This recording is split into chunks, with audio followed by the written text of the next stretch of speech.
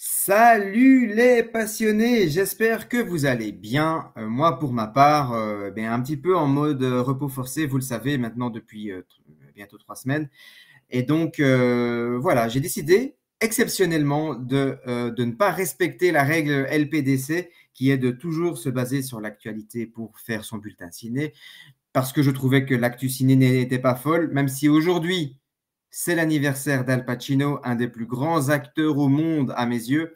Euh, J'aurais pu faire une vidéo spéciale Al Pacino, un bulletin ciné Al Pacino aujourd'hui. Ça sera pour la semaine prochaine, car vous savez bien que j'aime bien faire un petit travail en amont, un petit travail de recherche, et donc de piocher dans mes bouquins l'info qui va être intéressante, et puis surtout travailler le bulletin ciné. Mine de rien, ça prend un certain temps en amont. Donc, ça sera pour la semaine prochaine. Aujourd'hui, c'est un réalisateur très important pour moi, dans le sens où il est doudou. Alors, je sais que sa carrière est très inégale, qu'il a fait des immenses chefs-d'œuvre, mais qu'il a fait aussi des immenses navets. Et moi, j'aime bien ça. Clint Eastwood a un peu c'est un lien que je peux faire un peu avec Eastwood aussi. Tous les chemins mènent à Clint, c'est mon point Eastwood.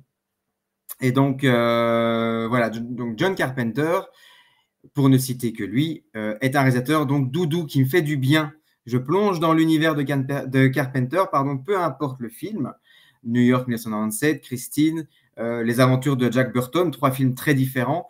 Eh bien, ça me fait du bien. Je suis dans une espèce de cocon protecteur, comme ça. J'aime beaucoup son univers, enfin ses multiples univers.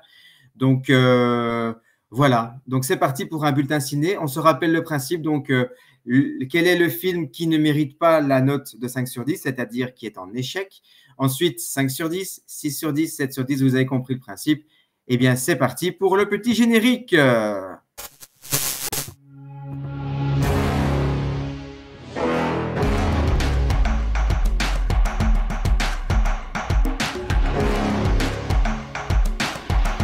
que c'est que ce cinéma? Qu'est-ce que c'est que ce métier? Où tout le monde couche avec tout le monde, où tout le monde se tutoie, où tout le monde ment. Mais qu'est-ce que c'est? Vous trouvez ça normal? Mais votre cinéma, moi je trouve ça irrespirable. Je me méprise ce cinéma. Écoutez, monsieur, ça se dit comme ça. Emmenez votre femme se calmer ailleurs. Quand on tire, on raconte pas sa vie.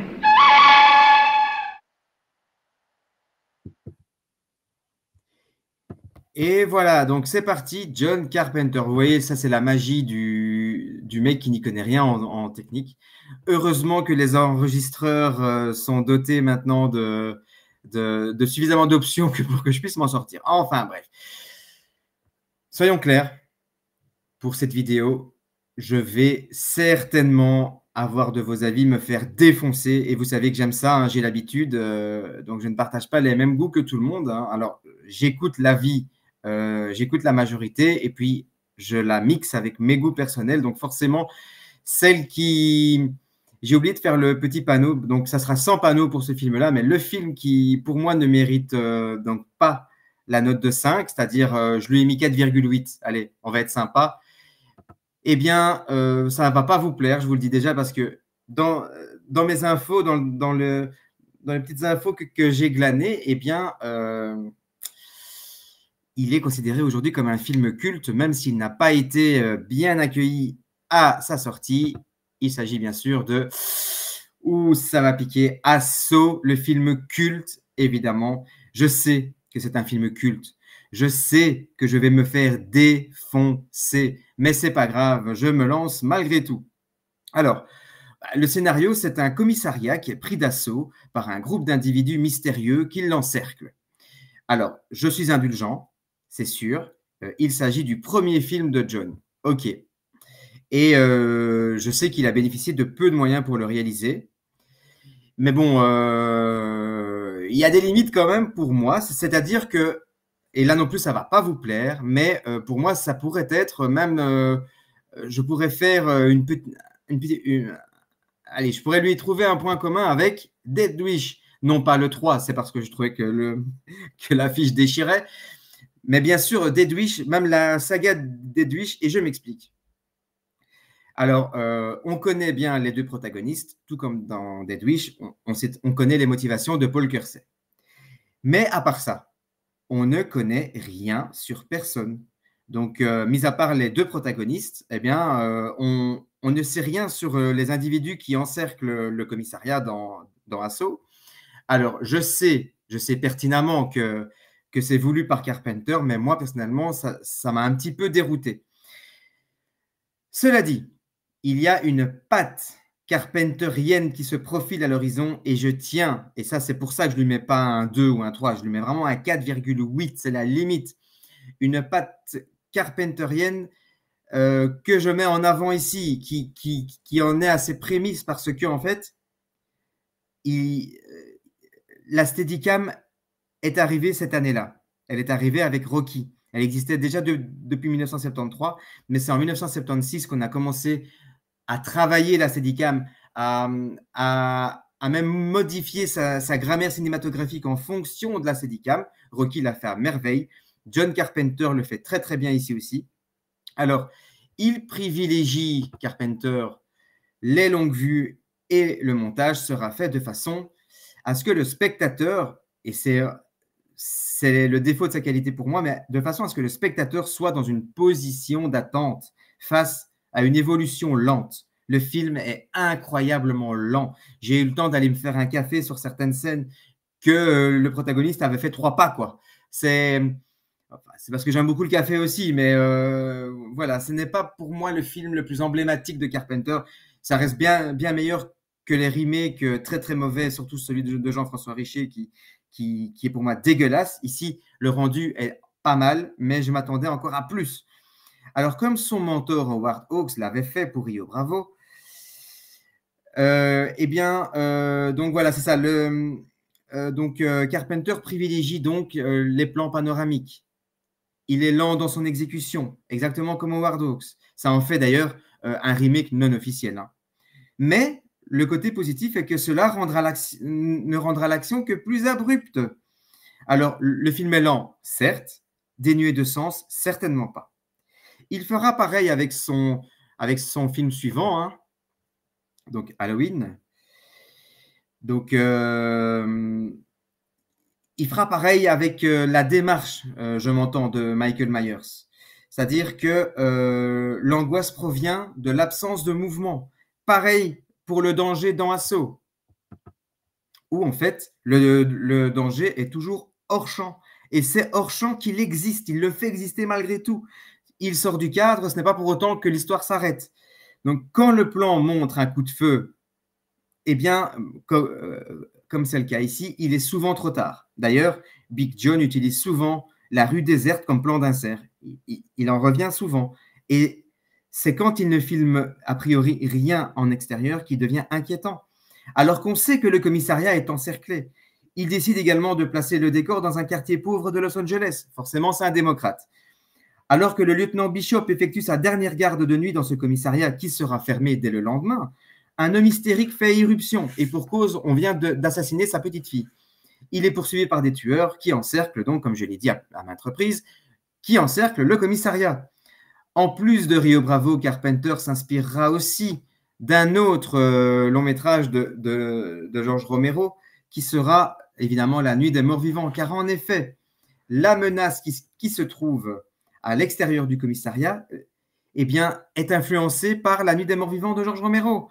Les émeutes constituent une véritable peur chez Carpenter, due aux exactions des politiques de l'époque, qui étaient quand même dans une répression assez constante. Et ne parlons pas de racisme, de mauvaise gestion du territoire.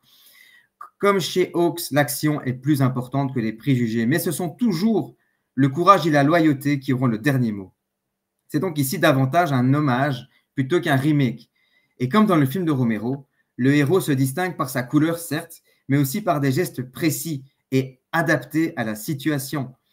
Dans ce lieu fermé où toutes les peurs sont envisagées, donc le noir représente l'espoir. On ne voit tellement rien des assaillants, hormis leur lenteur, que l'on peut facilement d'ailleurs les comparer à des zombies. Et ça ne jurerait pas avec le contexte du film d'ailleurs. Aux États-Unis, Carpenter a toujours été considéré comme un technicien populaire. En Europe, comme un maverick moderne. Pratiquement tous ses fans lui trouvent une certaine constance, disent de lui qu'il colle de très près aux héros de ses films en leur prêtant même un ou peu ou prou un certain militantisme. Excusez-moi, je perds mes mots.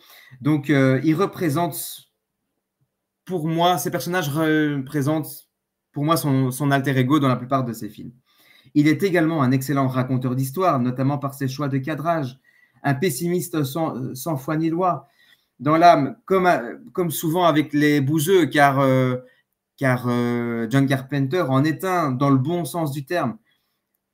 Pour finir, le commissariat est laissé pour compte comme le peuple américain en cette période, les gangs régnant en maître. Le film a d'ailleurs été très mal reçu parce que c'est un film qui faisait mal à Hollywood. Hollywood était assez embarrassé de cet état de fait. La violence était absolument partout. Et on a vite fait d'accuser le cinéma pour ça. Tarantino dira qu'Asso fait partie de ses films références. Jean-Baptiste Ray parlera de maturité dans les rapports. Rappelons qu'il s'agit avant tout d'un représentant de l'ordre qui est représenté dans le film et d'un détenu qui doit unir leurs forces pour combattre le mal. Voilà, alors, évidemment, je l'ai mis en échec. Je ne l'ai pas non plus défoncé. C'est que, voilà, je le trouve... je trouve que là où Carpenter a eu la bonne idée de ne pas trop montrer, dans ce film-là, ça aurait été bien de montrer un petit peu plus. Voilà.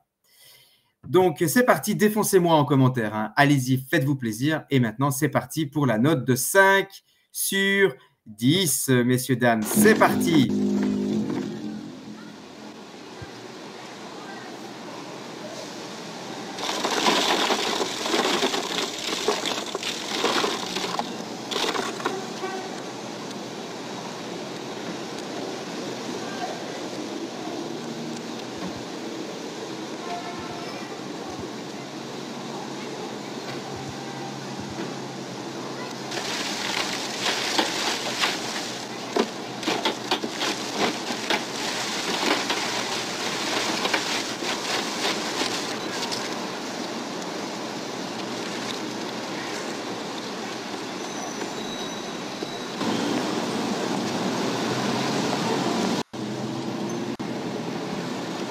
Dors 8 heures par nuit, amuse-toi le jour.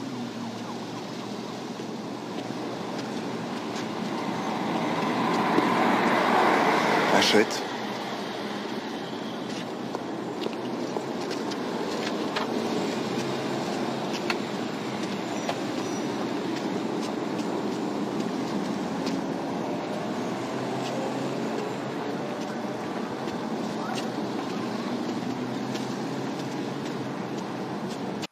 Et voilà, vous l'aurez compris, je parle bien sûr d'Invasion Los Angeles. Je sais que vous adorez ce film, je le sais. Alors, comme toujours, militant dans l'âme, Carpenter propose ici un film malgré tout distrayant par rapport aux propos du film.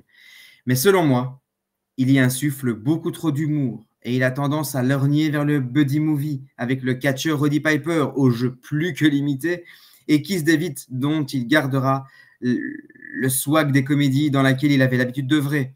Alors tout n'est pas perdu pour autant. C'est pour ça que je lui mets 5. Alors, la deuxième partie, plus sombre évidemment, mais beaucoup trop facile pour moi, sauve un petit peu la mise quand même. Et puis, n'oublions pas que The Thing est passé par là 6 ans auparavant. Malgré une mise en scène bâclée, on se laisse gagner par cette dystopie. Le coup de gueule, qui est aussi la crainte de Carpenter, elle est toujours liée à l'évolution de la société, eh bien ça peut rire très clair dans ce film. C'est pour cela qu'il choisira d'ailleurs le genre de la SF pour se planquer derrière. L'humour moins dosé aurait fait gagner le film en force pour moi. Ici, il allège le propos, il donne une impression de non-gravité. Pire, c'est un défouloir pour Carpenter. Ce n'est que mon avis, bien sûr. Mais on pardonne à Big John parce qu'on l'aime. La scène de combat sera connue pour sa longueur, 5 minutes 30. Et cela s'explique par le fait que Carpenter étant fan de catch, il se sera bien fait plaisir. Certains y ont vu un film d'horreur. Bon, Carpenter dira qu'il s'agit d'un brûlot anti-Reagan qui était obnubilé à cette époque par le pouvoir d'achat américain. Il ne jurait que par ça. Le cinéma puait le réaganisme à l'époque. Le film s'est classé numéro 1 dès sa sortie, mais a globalement déçu dans l'ensemble. Les critiques ont justement pointé du doigt eh bien son commentaire social, son scénario et son jeu d'acteur. C'est vrai qu'il n'est pas très bon, le jeu d'acteur dans ce film. Ce n'est qu'avec le temps qu'il est devenu culte. Certains trouvent qu'il s'agit de la meilleure œuvre de Carpenter. Alors aujourd'hui, c'est un fleuron de la culture pop, c'est vrai. On y suit les tribulations de John Nada, sans emploi et sans abri.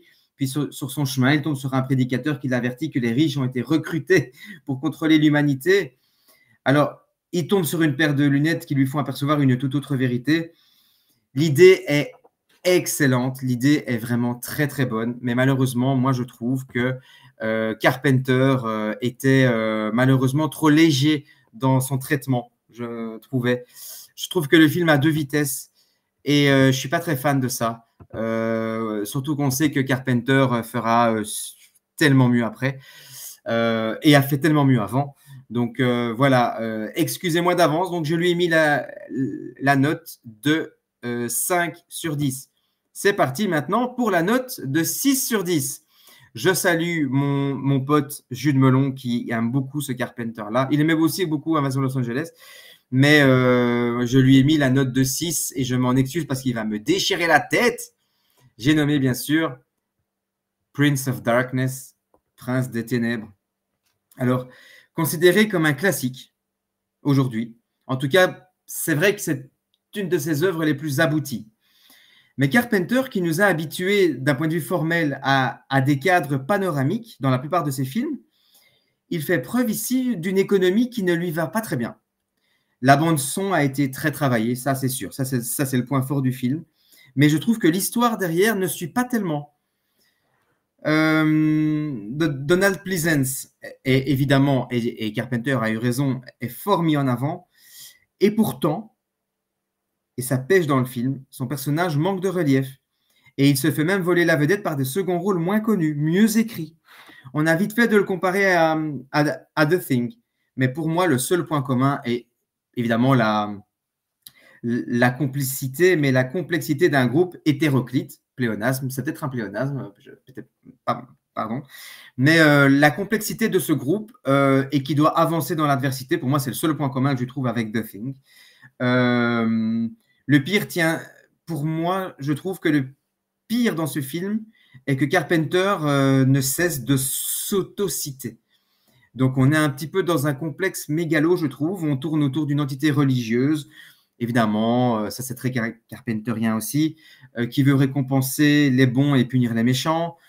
Il emprunte énormément à son auteur préféré, Lovecraft, en abordant tout ce qui est incompréhensible à l'œil humain, à l'échelle humaine. À partir de ce postulat, évidemment, toute vérité est horrible. Et ça, c'est très Lovecraftien, ça. Mais je vais m'attarder ici sur les points positifs. Carpenter filme les humains avec une sincérité confondante. Succombant au mal, là où Hollywood et son puritanisme hypocrite ont tendance à montrer les héros vaincre leurs démons, vaincre leurs plus bas instincts, mal qui va plus loin également, qui touche la nature. Ça aussi, on n'en parlait pas trop à l'époque. Il n'hésite pas à faire proliférer des bestioles gluantes dégueulasses pour attaquer l'homme. On dépasse le thème ancestral des forces démoniaques avec ce film. On parle d'apocalypse dans un campus universitaire. Le campus universitaire aux États-Unis, c'est un cadre rassurant pour tout bon WASP qui se respecte, alors que les SDF aux alentours crèvent, littéralement. Il serait simpliste de résumer ce film à un simple film d'horreur, bien sûr. Il s'agit d'une étude carpenterienne, ça veut dire pessimiste, et qui nous permet de pencher notre réflexion sur le rapport à l'autre. Et c'est bien évidemment un film curieux dans la filmographie de Carpenter, mais pas tant que ça. En fait, c'est le défaut que je peux trouver à ce film, c'est que justement, il met trop de messages dans le film et il oublie l'évolution de l'histoire. Pour moi, ça va dans tous les sens aussi. Il y a aussi deux vitesses, mais je le trouve un poil un peu plus abouti quand même qu'Invasion Los Angeles. Donc voilà, ne m'en veuillez pas, je lui ai mis un 6.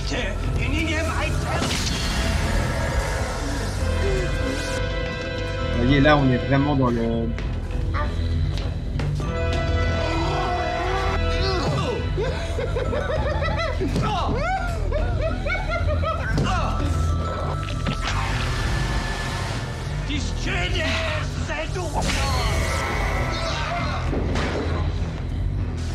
Voilà.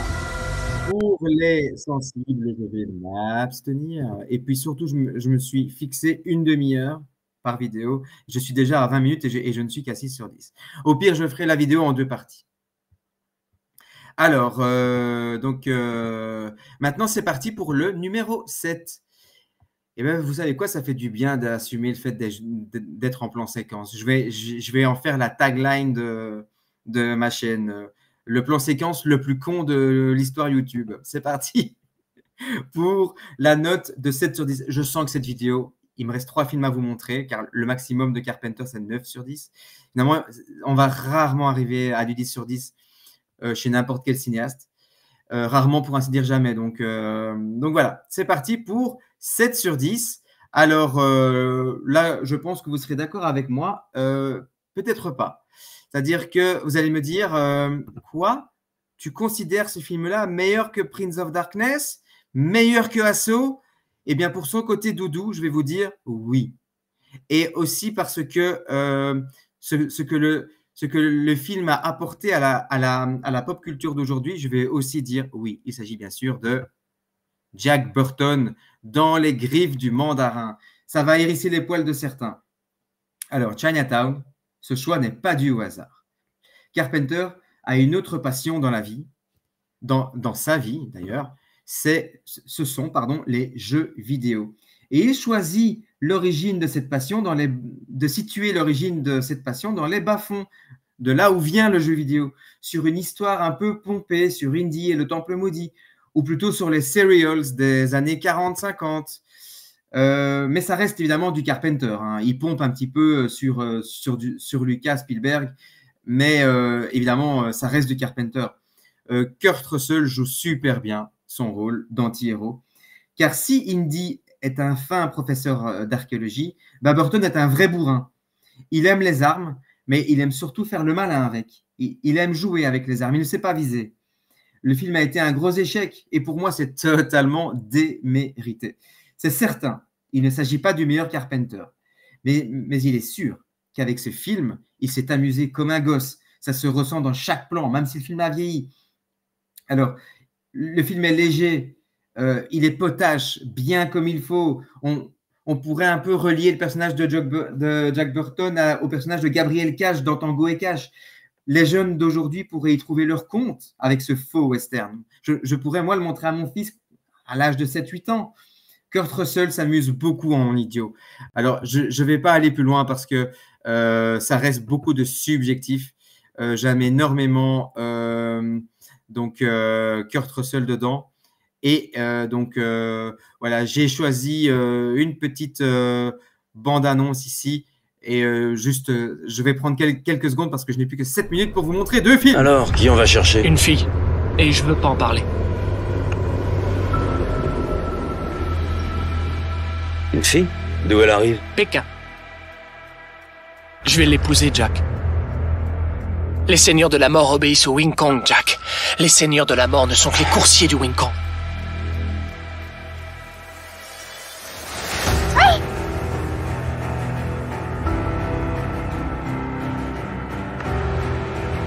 Je crois que c'était Lopan.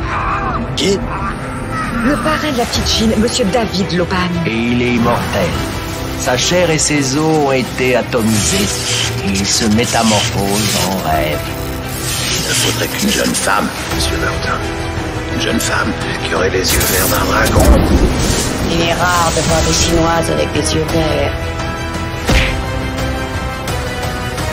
J'ai pas peur du tout, tu sais, et même je me sens comme... Je me sens comme invincible.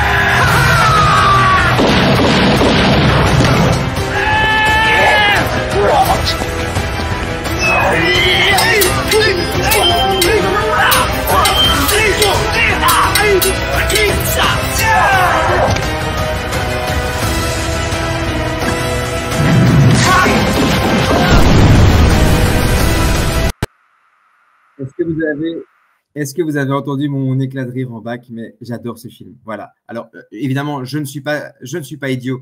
Je lui ai mis quand même 7 sur 10. Je lui ai mis 7,5 sur 10 pour être précis. Et donc, voilà. Mais pour moi, c'est mérité. Franchement, c'est un bon petit film bonbon qui fait plaisir. C'est parti pour 8 sur 10. Et certains lui auraient mis 10, je sais. Certains lui auraient même mis 9. Je trouve que Carpenter a fait un cran au-dessus quand même. Mais ce film-là, je l'adore. Et je vais vous dire, c'est ma saga horrifique préférée. Oui, vous l'aurez compris, en 8 sur 10. Mais évidemment, Halloween. Et je m'attarde d'ailleurs sur ce plan. Tout d'abord, années 70 déjà. Le public a besoin de frissonner. Et en même temps, le cinéma s'apprête à vivre un bouleversement majeur. David Cronenberg débarque avec son chromosome 3. Dario Argento mènera la danse avec son Suspiria. Et Toby Hooper apportera même une touche familiale avec son Massacre à la tronçonneuse. Mais Hollywood, Halloween, n'a rien inventé. C'est Black Christmas qui fut le premier slasher. Black Christmas, que voici.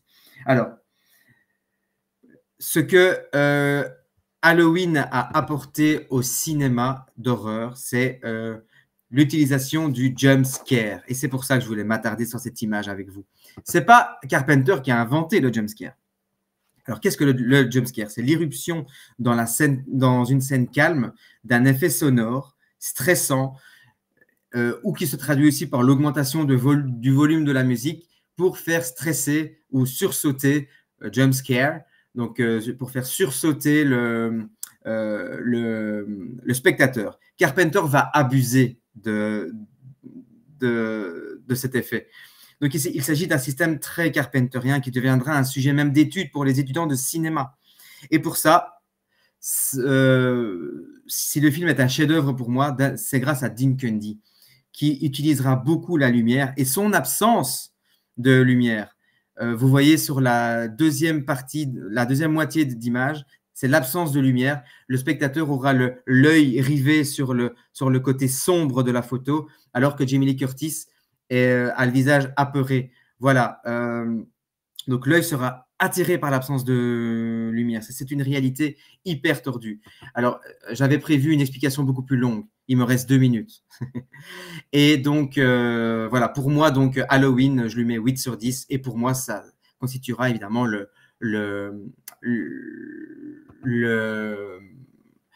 Michael Myers sera j'ai oublié le titre, le nom. Sera mon slasher préféré, voilà, en gros, voilà. Mon boogeyman préféré. Et 9 sur 10, voilà. Je ne vais pas m'étaler parce que tout a été dit et j'ai moins le temps. J'ai que 30 minutes et je me suis fixé 30 minutes de toute façon. Je tiens à respecter cela. Mais évidemment, en numéro 9, et quand je dis 9, je veux dire 9,7. Il s'agit bien sûr de The Thing. Avant tout, une entité qui est très chère à Carpenter, c'est le groupe. Dans un espace isolé et stérile, tout le monde est suspect. Et comme pour Halloween, la menace se cache. Alors, ici, à l'inverse, ce ne sont pas les ombres qui protègent du mal, c'est l'excédent de détails. Le moindre détail est suspect dans le film. Et c'est ce qui rend le film génial. C'est que Carpenter va à l'encontre de ce qu'il a l'habitude de faire et il le fait plutôt bien. Malheureusement, le film se viandera lors de sa sortie, c'est avec le temps qu'il deviendra culte, et parce que Spielberg avait en face sorti E.T. Et d'ailleurs, petite anecdote pour clôturer, c'est qu'en fait, Carpenter réalisera Starman, et ça sera sa façon de dire à Carpenter, écoute, moi aussi, je sais faire mon E.T. Pour moi, Starman, je ne l'ai même pas mis dedans parce que je ne l'aime pas. Pour moi, il est dans les 5 sur 10 parce que je sais qu'il a été apprécié avec le temps. Mais moi, si ça tenait qu'à moi, je lui mets un 1 ou 2 sur 10. Je n'aime pas du tout Starman. Donc voilà, sur ces bonnes paroles, il ne me reste qu'à vous quitter. Comme disait Jean Dujardin, il n'est de bonne compagnie qui ne se quitte. Je vous souhaite un bon visionnage et surtout, n'hésitez pas à liker, commenter, partager. Donnez-moi votre avis. Donnez-moi votre bulletin ciné à vous, John Carpenter. Je vous embrasse, les amis. Gros bisous.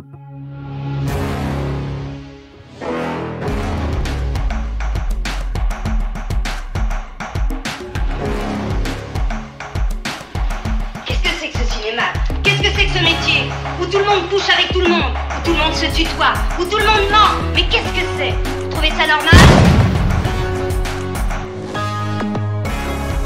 C'est votre cinéma. Moi je trouve ça irrespirable. Je méprise le cinéma. Écoutez, monsieur, ça suffit comme ça. Emmenez votre femme se calmer ailleurs.